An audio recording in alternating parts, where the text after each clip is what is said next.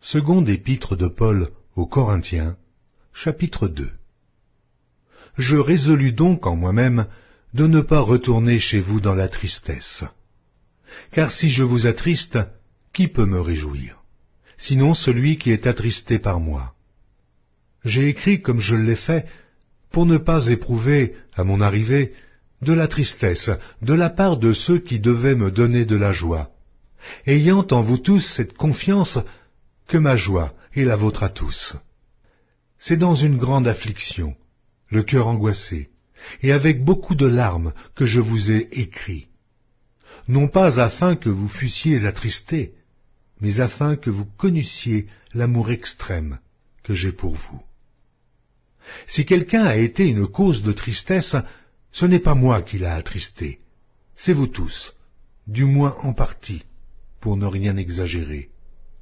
Il suffit pour cet homme du châtiment qui lui a été infligé par le plus grand nombre, en sorte que vous devez bien plutôt lui pardonner et le consoler, de peur qu'il ne soit accablé par une tristesse excessive.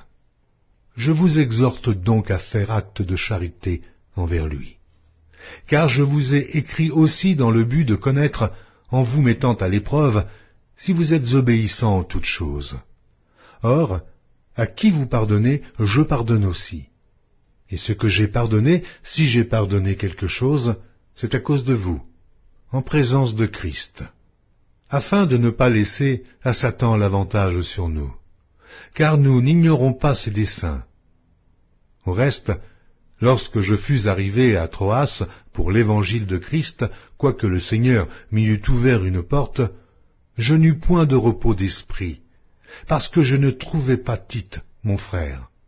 C'est pourquoi, ayant pris congé d'eux, je partis pour la Macédoine.